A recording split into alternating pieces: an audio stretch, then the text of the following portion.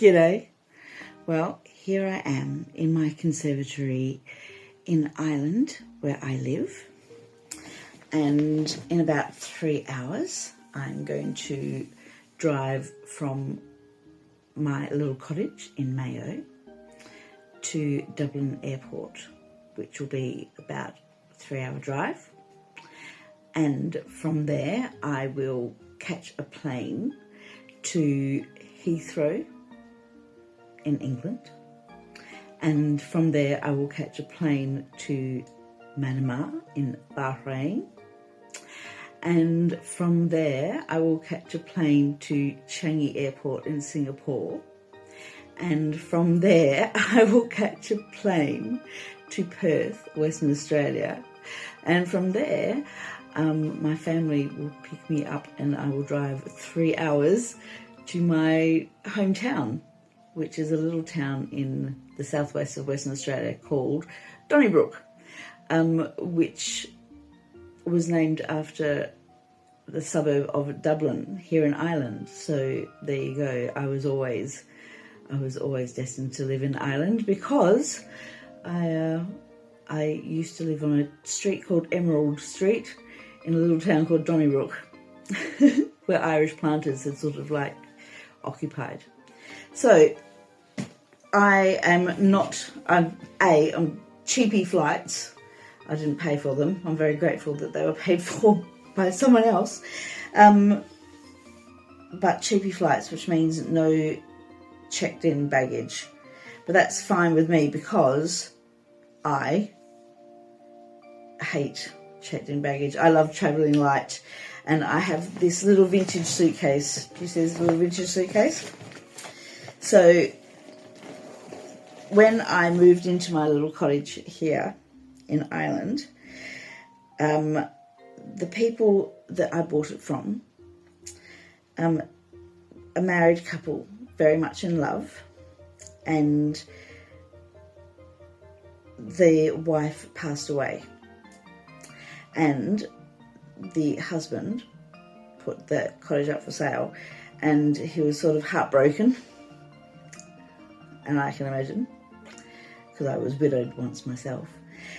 He was heartbroken and he couldn't deal with a lot of the stuff that was left behind from their mutual existence in the cottage. So one of the things that was left behind was this suitcase. And it's very like 80s. In point of fact, hilariously, it was one of those synchronicity moments, because when I first bought this cottage, of course, I had great ambitions to, like, write. I'm going to, sit in my little cottage in the Irish countryside and write. And I also wanted to start writing about my own Irish heritage, including that of my family from Donegal, who came from a town called Ballyshannon in Donegal. And when I bought the cottage, it wasn't until after I bought the cottage that I found out that the man who I bought the cottage from was a writer from Ballyshannon. I didn't meet him. I just dealt with a real estate agent. I bought the cottage from a writer from Ballyshannon. Of all the towns and villages in Ireland, he was from Ballyshannon. And when I did get to meet this man, this lovely man, it transpired that he had, for a while, lived in Perth in Australia, in a suburb of Perth that was literally 2 streets away from a house where I had lived. And he fell in love with this wonderful woman who sadly passed away. But I think this must be her suitcase, because she travelled and she was lovely, and it's sort of like a lady's suitcase. And I just feel that this suitcase likes to be out. And because I feel this lady, this wonderful woman, she was a doctor.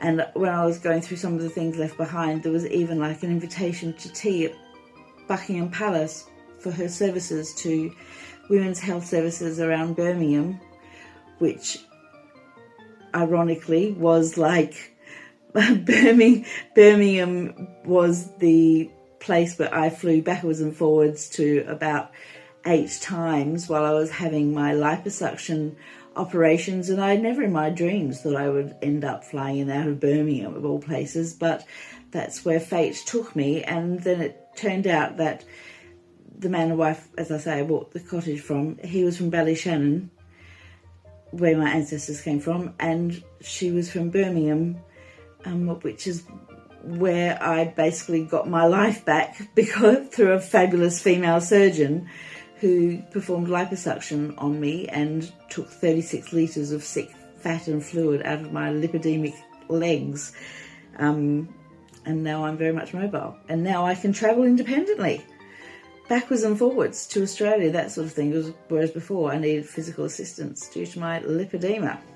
So anyway, now I'd like to travel light in so many ways, both myself now that I'm lighter.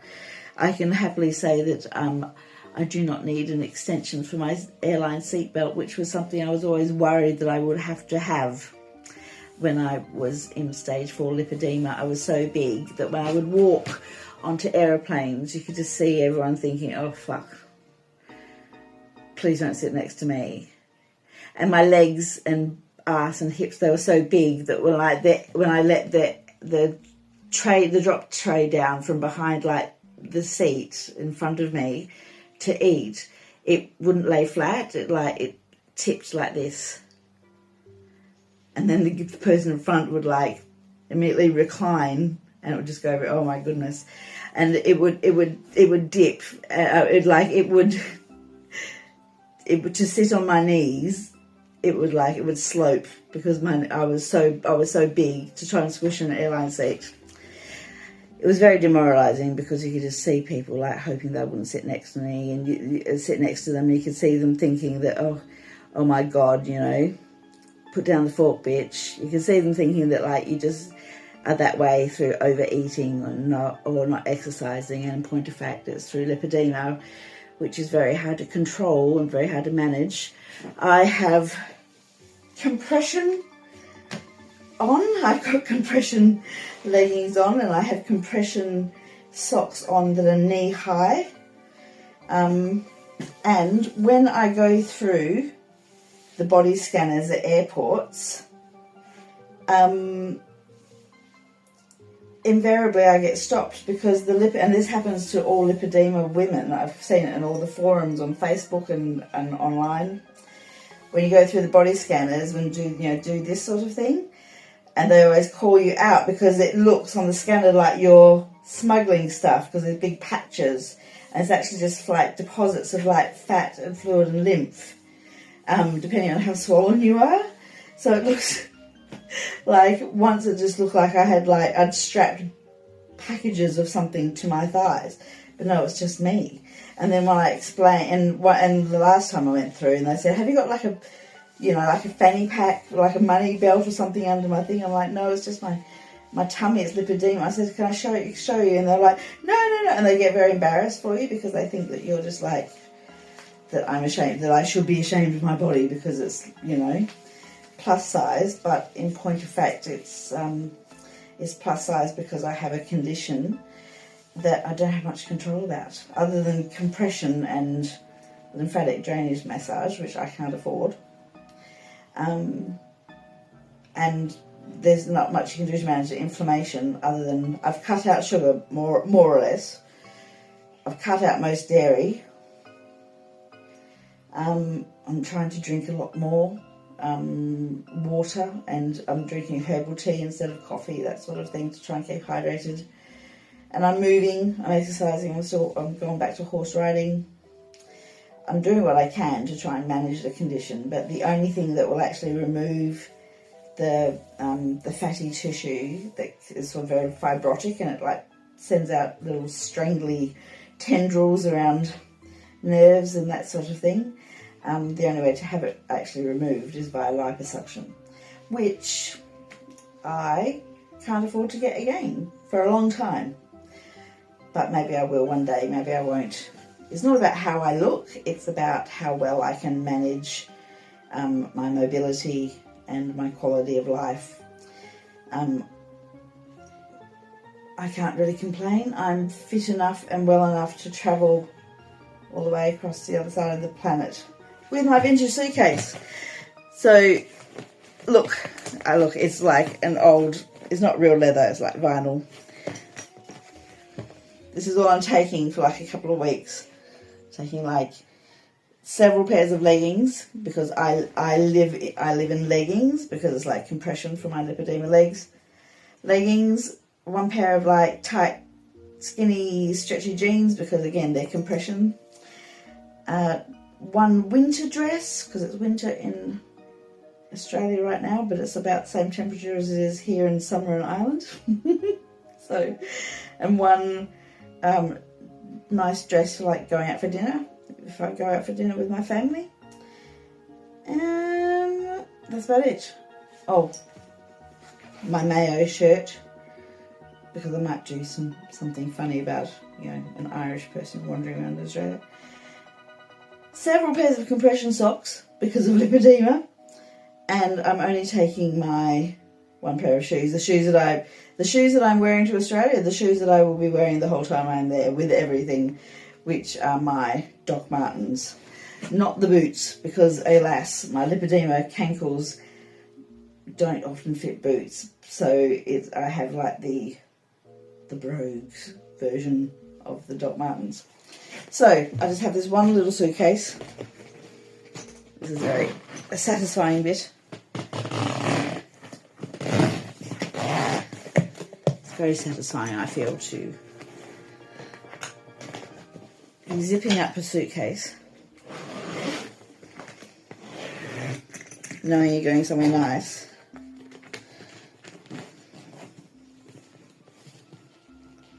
Okay, got a cute little buckle. Ta-da! The thing I love about this suitcase is it doesn't have wheels. So while everyone else is like trailing around with their fucking like wheelie suitcase, tripping over it, and it's like flipping over and it's tripping everyone else up, and they like have to stand and push the handles down and try and get it on the escalators, and they can't, you know. I just pick up my suitcase and away I go. I can run through the terminal. I don't know how I'm going for weight. I think I should be alright. But the thing is like, again, I feel like, look, I have big lipedema arms, but carrying a suitcase is very good for your muscles. Who needs a kettlebell when you can just pick up a suitcase? And then I have this. This is my handbag. So this is all I've got. My carry-on. Got my passport, my wallet, 2 exercise books for writing, my glass case, my Ziploc bag with all my cosmetics in it. I hardly wear any makeup when I travel. What's the point? I'm perfectly comfortable with who I am. And it's just easier to travel with one little bag. Just chuck it in the tray at the security and not have to like declare all these like beautiful expenses. And if it goes missing, well, I don't care. Like if I had like you know, $200 fucking beauty creams from a designer label, and they went missing in airport security, well, it's only more stress, isn't it? The only thing is, I am fonder of this suitcase than I am of anything in it. So I don't like to ever check it in, but it'll be travelling with me in the cabin, so that's it. So that's my suitcase. My lipedemic body is off once again to travel down to the Antipodes, and I will be making videos and vlogs and going live and stuff from Australia when I'm down there. So stay tuned for that. I'll see you when you got nothing on.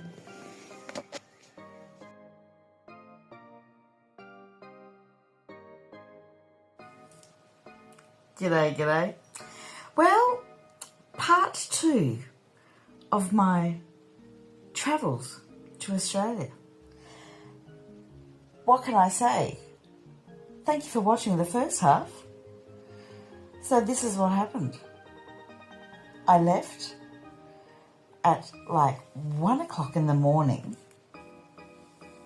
from Mayo to go up to Dublin Airport to catch the first flight from Dublin to Heathrow, and then onward to Bahrain, and then onward to Singapore, and then onward to Western Australia, where I was going to be met by my family, if you remember the first instalment, right? So I left at 1 o'clock in the morning. As we were heading out onto the highway to go up to the Big Smoke, I was passed by a number 22 bus. By now it's like 1:30, nearly 2 o'clock in the morning.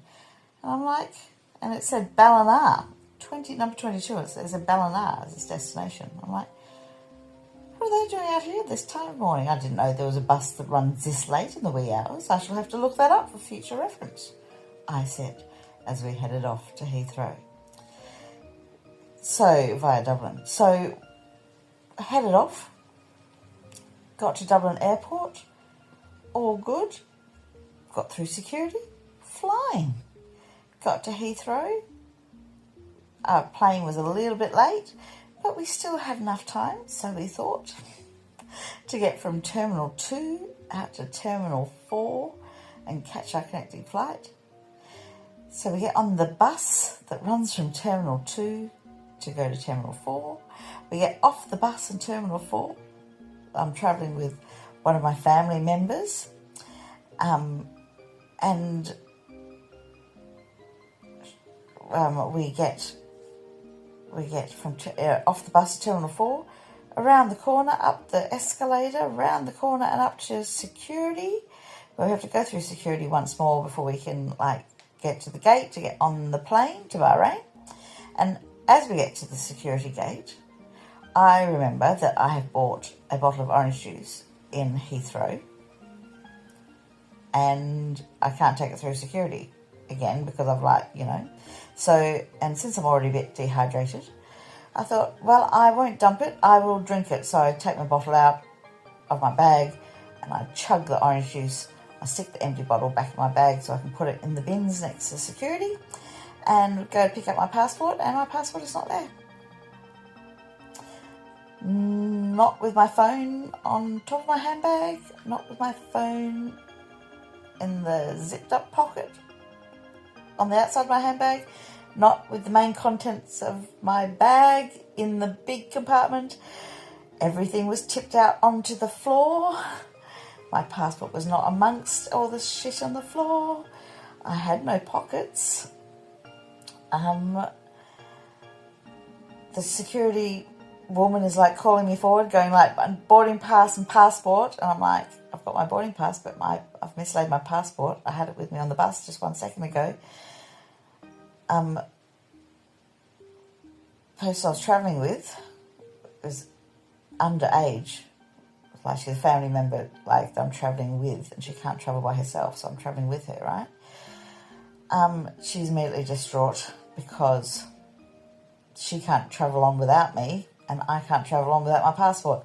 So she turns around and she immediately runs back to retrace the steps to find out where I might have dropped the passport. She gets as far as the escalators, and there's no sign of it. And there was there was only half a dozen people walking around the building at that time in the morning. There wasn't a lot of people at all, so security sent us back. So the checkpoint sent us back to security. Sent us back down to where the bus was caught. So she said, we can't go on. I'm like, well, obviously. So we retraced our steps. I said, we'll go and find a passport so we can get back. We went back to where we got dropped off with the bus.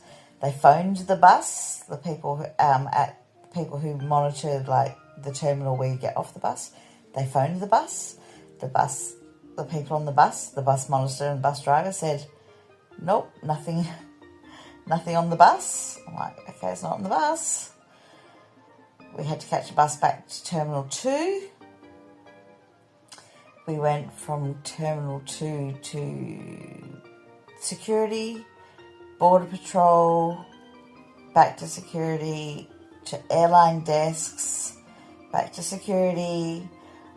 I have to say, security and border patrol were just amazing. They went above and beyond trying to help. And it was, it was hilarious.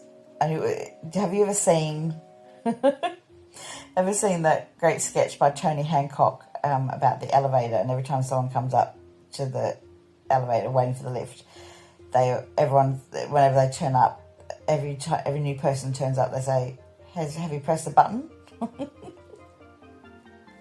And of course everyone has pressed the button, but every time a new person turns up, say, have you pressed the button? Every time a new person was introduced into the saga of my lost/stolen passport, every time a new person was introduced, they would say, have you tipped everything out of your bag? And I'm like, yes. And up until about the fourth person or the fifth person, I was still tipping everything out in front of them and letting them rifle through it because I didn't care, because I was just so desperate to get the passport. Flight left without me and without my, underage companion because she couldn't go down. She was very distraught. There were phone calls made home because, of course, people were expecting us in Australia and people in Ireland were needed to be notified, and I was ringing embassies and trying to find out. And the Australian embassy in Dublin, when I rang them, they said, and my passport was brand new, it had just been renewed, not a stamp in it, because you have to travel with at least 6 months left on your passport. And my passport was expiring in December, and I was travelling in July, so it was I had to renew it, and it was 400 quid or something, 400 Australian to renew it through the embassy in Dublin. And the Dublin embassy informed me that, unfortunately, Australian passports in particular are hot property. And in point of fact, gangs come into Dublin airport and hang around the Middle Eastern airline lounges on a nearly daily basis in order to pickpocket them and trade them on the black market. And he said, I'm sorry, it's probably gone. I'm saying it's probably been stolen without you even noticing. And I was just gutted. It was just awful. And then, of course, by late afternoon, I trudged everywhere, and then I got sent off to the lost property office. And Border Patrol says, there's a lost property office somewhere between Terminal 2 and Terminal 3. You have to find it. So we got sent off, and Heathrow is such a rabbit warren of lifts and escalators and different levels and parking and underground and one person said, go down to -1 level. I'm like, oh my God, here we go. We got down to to find the lost property office, and the lost property office is beyond the gates to the train that takes me to Paddington. So you have to get a train ticket, free, fortunately. I have to get the free train ticket to get onto the train, to get through to the train.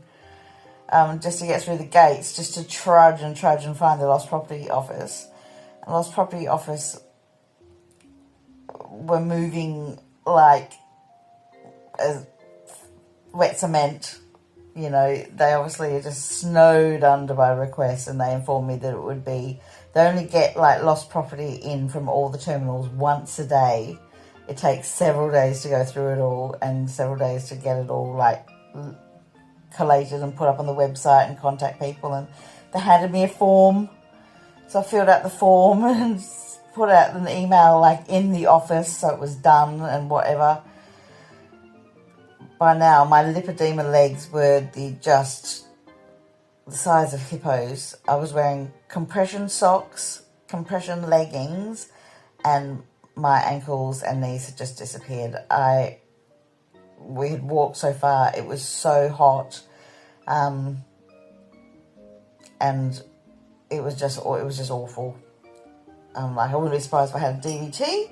I've been trying to put my legs up for the last couple of days. I have quite a bad pain in my calf, and I'm hoping that that's not it. I'm keeping an eye on the symptoms. So Aer Lingus did not want to, because I'd flown from Ireland to England with Aer Lingus, and then I was meant to connect with Gulf Air, and then I to go to Bahrain, and I was supposed to connect with another Gulf Air flight from Bahrain to Singapore, and then I was meant to connect with a Scoot flight from Singapore to Perth. And it was all booked through Kiwi.com, and Kiwi.com are a bunch of dodgy bastards. If you ever try to deal with them, it's very hard to get access to their phone help.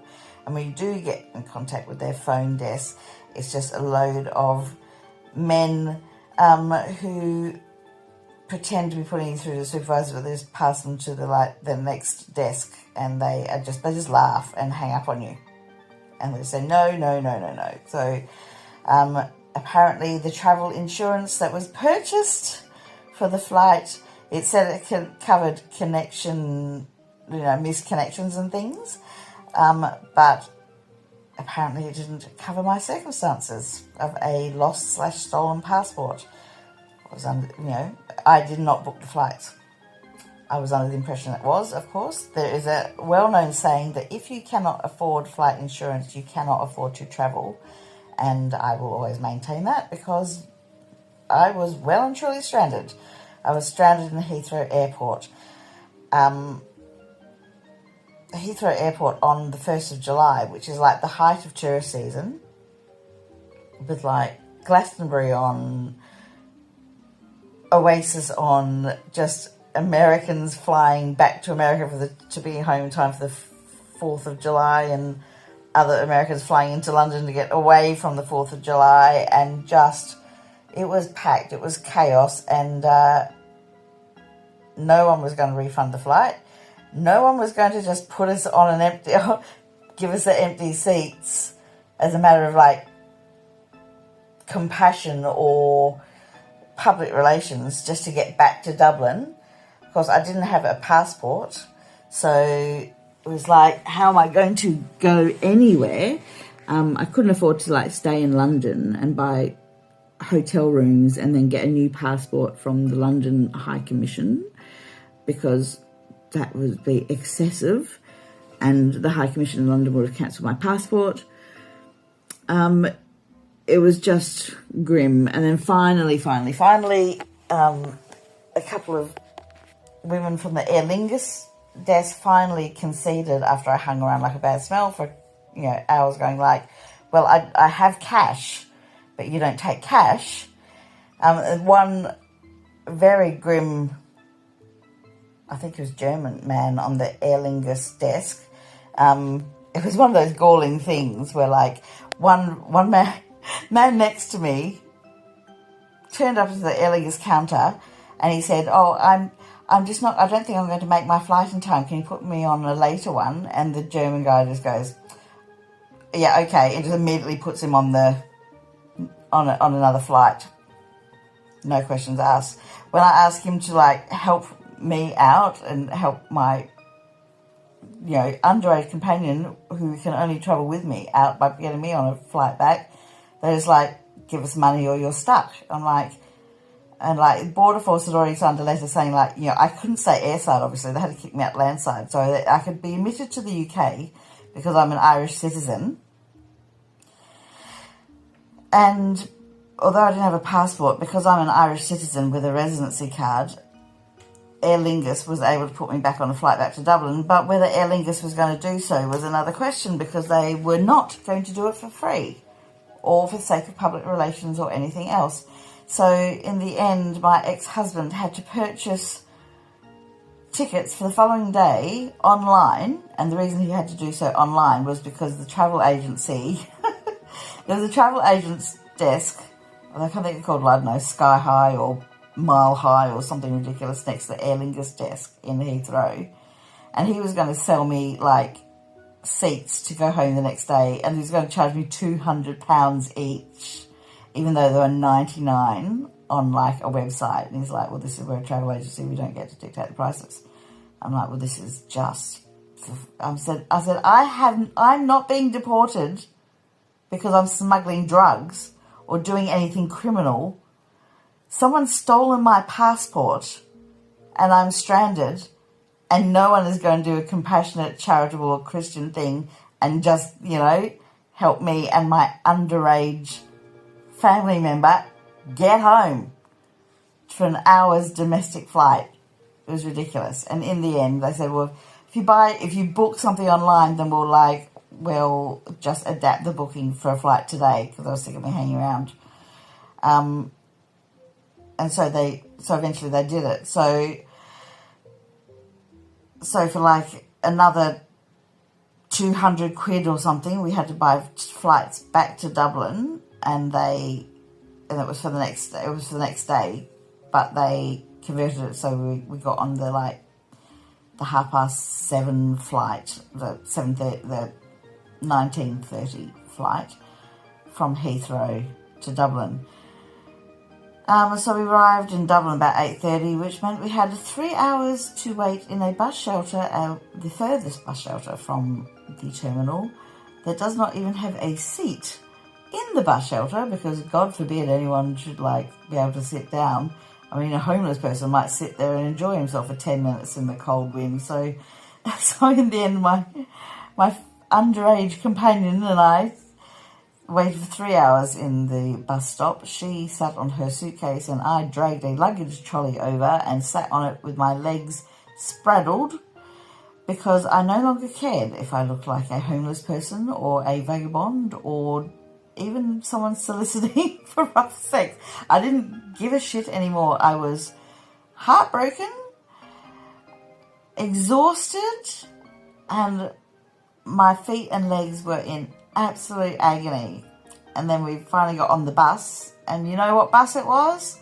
That's right, it was the number 22, the one that I didn't know existed until the night before.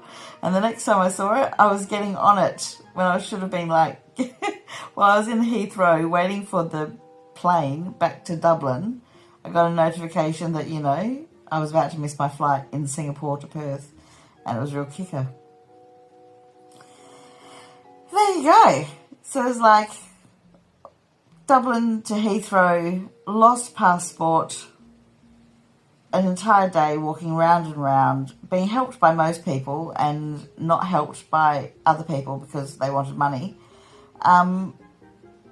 Ended up back on the same bus that I'd spotted the night before, arriving back in Charlestown at 3 a.m. in the morning to be picked up by the same ex-husband who had seen me off at 3 o'clock in the morning or 4 o'clock in the morning in Dublin, just the day before.